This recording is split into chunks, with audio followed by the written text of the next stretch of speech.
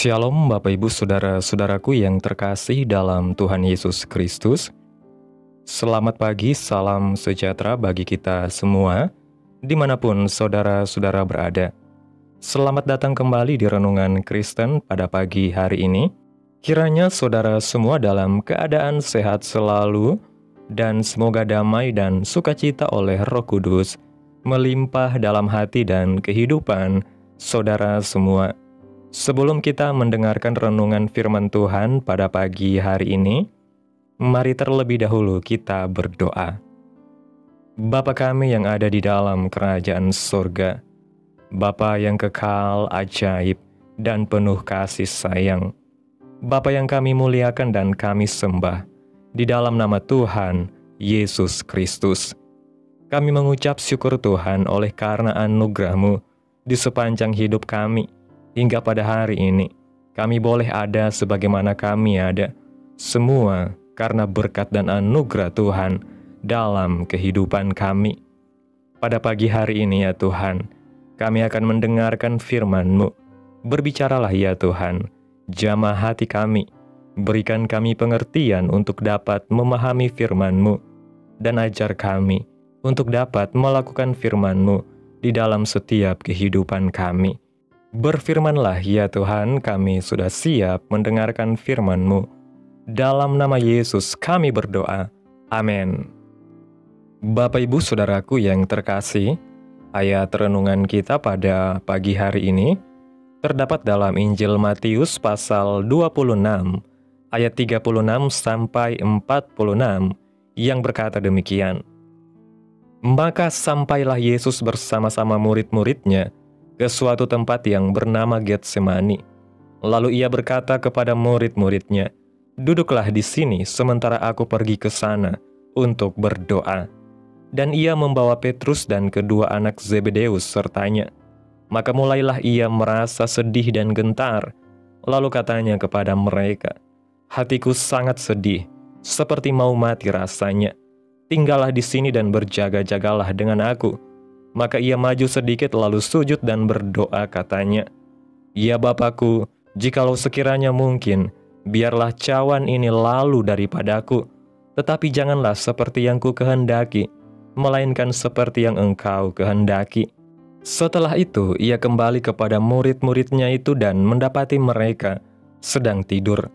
Dan ia berkata kepada Petrus, "Tidakkah kamu sanggup berjaga-jaga 1 jam dengan aku?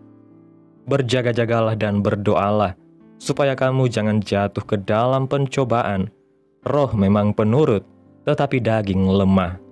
Lalu ia pergi untuk kedua kalinya dan berdoa katanya, "Ya Bapakku, jikalau cawan ini tidak mungkin lalu, kecuali apabila aku meminumnya, jadilah kehendak-Mu." Dan ketika ia kembali pula, ia mendapati mereka sedang tidur, sebab mata mereka sudah berat. Ia membiarkan mereka di situ lalu pergi dan berdoa untuk ketiga kalinya, dan mengucapkan doa yang itu juga. Sesudah itu ia datang kepada murid-muridnya dan berkata kepada mereka, "Tidurlah sekarang dan istirahatlah. Lihat, saatnya sudah tiba, bahwa Anak Manusia diserahkan ke tangan orang-orang berdosa. Bangunlah, marilah kita pergi. Dia yang menyerahkan aku sudah dekat." Bapak Ibu Saudaraku yang diberkati Tuhan, dalam hidup ini kita harus senantiasa untuk berjaga-jaga. Ini juga merupakan perintah Tuhan Yesus sendiri untuk kita, karena iblis tidak pernah tinggal diam untuk menggoda kita supaya jatuh dalam dosa. Berjaga-jaga artinya kita waspada akan datangnya serangan balik dari kuasa gelap, sehingga kita bisa menghindar dan terluput dari kuasa iblis. Sedangkan berdoa adalah mengandalkan hanya kekuatan Tuhan saja. Kebenaran dari firman Tuhan ini kadang dijadikan alasan atau dalih oleh beberapa orang percaya untuk menguatkan pendapat kalau mereka berbuat dosa itu hal yang wajar saja, karena masih manusia yang lemah. Ini suatu pemikiran yang tidak tepat, karena tidak memperhatikan ayat firman Tuhan seutuhnya. Maksud dari ayat ini adalah Tuhan Yesus sedang mengingatkan kita untuk berjaga-jaga dan berdoa supaya tidak jatuh ke dalam pencobaan, karena manusia itu lemah dan gampang goyah. Jadi kalau kita jatuh dalam pencobaan, artinya kita tidak sedang berjaga-jaga dan berdoa. Seharusnya yang kita lakukan adalah senantiasa berjaga-jaga dan berdoa. Ini merupakan sikap kita bergantung dan bersandar sepenuhnya kepada Tuhan. Hiduplah berjaga-jaga dan berdoa, agar saat kedatangan Kristus hidup kita didapati kudus dan berkenan. Bapak Ibu Saudaraku yang diberkati Tuhan, kesimpulan renungan pada pagi hari ini. Dari renungan hari ini kita belajar bahwa perintah Tuhan Yesus kepada murid-muridnya di Taman Getsemani untuk berjaga-jaga dan berdoa bukan hanya berlaku pada masa itu, melainkan tetap relevan dan sangat penting bagi kehidupan setiap orang percaya hingga saat ini. Tuhan Yesus dengan jujur menunjukkan kelemahan daging manusia, namun juga menekankan bahwa roh itu penurut. Artinya, ada kerinduan dalam hati kita untuk taat kepada Allah, tetapi jika tidak disertai dengan kewaspadaan dan doa yang terus-menerus, kita akan dengan mudah jatuh dalam pencobaan. Oleh karena itu, hidup berjaga-jaga bukanlah hidup yang dipenuhi ketakutan, tetapi hidup yang sadar akan kelemahan diri sendiri dan memilih untuk terus bersandar kepada kekuatan Tuhan. Sementara dunia ini terus menawarkan berbagai pencobaan dan godaan, kita harus sadar bahwa kedatangan Kristus sudah semakin dekat. Maka kita diajak untuk tidak bersikap lengah atau membenarkan kelemahan dengan dalih sebagai manusia biasa, tetapi justru memperkuat kedekatan kita dengan Tuhan melalui doa dan ketekunan dalam firman-Nya. Hanya dengan hidup yang senantiasa berjaga-jaga dan berdoa, kita akan didapati setia, kudus dan berkenan di hadapan Tuhan saat Ia datang kembali. Amin. Tuhan Yesus memberkati. Demikianlah renungan firman Tuhan pada pagi hari ini. Biarlah menjadi berkat bagi kita semua dan dapat kita lakukan dalam setiap kehidupan kita. Pada hari ini sebelum kita memulai segala aktivitas kita di hari ini, mari kita berdoa. Bapa kami yang ajaib dan mulia, Bapa yang kudus dan kekal, Bapa di dalam nama Tuhan Yesus Kristus, kami bersyukur Tuhan atas pertolongan-Mu dan penyertaan-Mu, serta atas berkat-Mu dalam hidup kami. Kami berbahagia dan bersyukur atas kebaikan Tuhan dalam setiap kehidupan kami. Tak berkesudahan kasih setia Tuhan, tak habis-habisnya rahmat-Mu, selalu baru tiap pagi, besar kesetiaan-Mu Tuhan dalam hidup kami. Terima kasih Tuhan Yesus buat kebenaran firman-Mu hari ini. Kami bersyukur karena melalui firman-Mu hari ini, Engkau mengingatkan kami betapa pentingnya hidup yang senantiasa berjaga-jaga dan berdoa. Engkau tahu bahwa kami ini lemah dan mudah goyah, tetapi Engkau juga telah memberi kami teladan dan kekuatan, agar kami tidak menyerah pada pencobaan. Ajarlah kami ya Tuhan, untuk tidak lengah dan tidak membenarkan dosa dengan alasan-alasan kelemahan manusia, melainkan terus bersandar kepadamu dan memperkuat roh kami melalui kedekatan yang nyata dengan Engkau dalam doa dan ketaatan.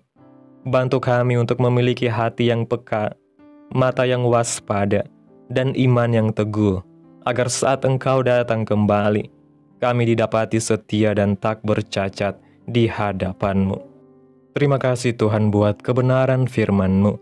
Biarlah firman-Mu terus menyegarkan jiwa kami, menghidupkan hati yang lemah dan lesu, dan membangkitkan harapan dan kasih. Berkati umat-Mu yang sudah mendengarkan firman-Mu hari ini. Berkati di setiap saat, tempat dan kondisi hidup mereka, agar senantiasa selalu merindukan dan membutuhkan firman Tuhan sebagai pelita kebenaran yang memerdekakan dan penghiburan yang menguatkan. Ajarilah kami bahasa firman-Mu dan bimbinglah kami untuk selalu hidup sesuai kehendak-Mu, agar kami selalu dekat kepada-Mu. Terima kasih ya Tuhan Yesus buat kesempatan hidup yang masih Engkau berikan. Kami mau pakai untuk hormat dan kemuliaan nama-Mu. Segala pergumulan dan persoalan hidup kami serahkan di dalam tangan Tuhan. Engkau yang akan menyelesaikannya bagi kami. Kami hanya berharap kepada-Mu. Hamba berdoa ya Tuhan buat umat-umat-Mu yang sudah mendengarkan renungan pada pagi hari ini, yang saat ini sedang mengalami sakit penyakit, pergumulan masalah, kebutuhan ekonomi. Kiranya Tuhan jamah, Tuhan sembuhkan, dan Tuhan pulihkan keadaan umat-umat-Mu, serta Tuhan berkati perekonomian mereka, dan Tuhan berikan jalan keluar dalam setiap pergumulan masalah yang umat-umat-Mu sedang hadapi. Dan ajarlah kami ya Tuhan, untuk selalu berharap dan percaya sepenuhnya hanya kepada Tuhan Yesus. Kiranya Tuhan Yesus terus memberkati kehidupan kami, keluarga kami, sanak saudara kami, daerah tempat tinggal kami, bangsa dan negara kami, pemerintah kami. Biarlah semuanya dalam perlindungan Tuhan, dan jadilah sesuai kehendak-Mu yang terbaik dalam kehidupan kami. Pada hari ini ya Tuhan, kami anak-anak-Mu akan melakukan berbagai aktivitas. Kami akan bekerja dan menjalankan tugas tanggung jawab kami. Kiranya Tuhan yang mampukan. Kami serahkan seluruh rencana dan agenda hari ini ke dalam tangan Tuhan. Biar Tuhan yang terus berkarya, dan biarkan semua rencana sesuai dengan kehendak-Mu. Tutup bungkus kami oleh kuasa-Mu Tuhan. Hindarkan kami dari segala kecelakaan, mara bahaya, sakit penyakit orang-orang jahat, kuasa-kuasa kegelapan, iblis, bencana-bencana alam, hal-hal yang tidak kami inginkan.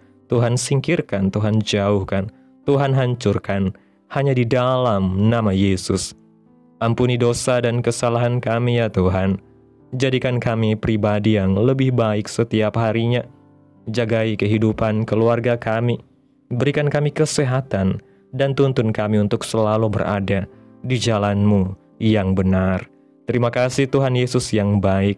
Inilah yang menjadi doa kami. Mari kita berdoa. Bapa kami. Bapa kami yang di surga, dikuduskanlah nama-Mu. Datanglah kerajaan-Mu, jadilah kehendak-Mu di bumi seperti di surga.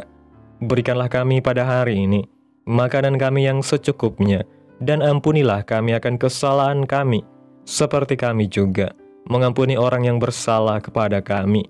Dan janganlah membawa kami ke dalam pencobaan, tetapi lepaskanlah kami daripada yang jahat, karena Engkaulah yang mempunyai kerajaan dan kuasa dan kemuliaan sampai selama-lamanya.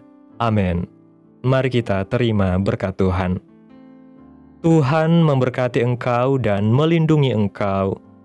Tuhan menyinari engkau dengan wajah-Nya dan memberi engkau kasih karunia. Tuhan menghadapkan wajah-Nya kepadamu dan memberi engkau damai sejahtera. Terimalah berkat Tuhan di dalam nama Tuhan Yesus Kristus. Amin. Selamat pagi, selamat beraktivitas. Tuhan Yesus memberkati.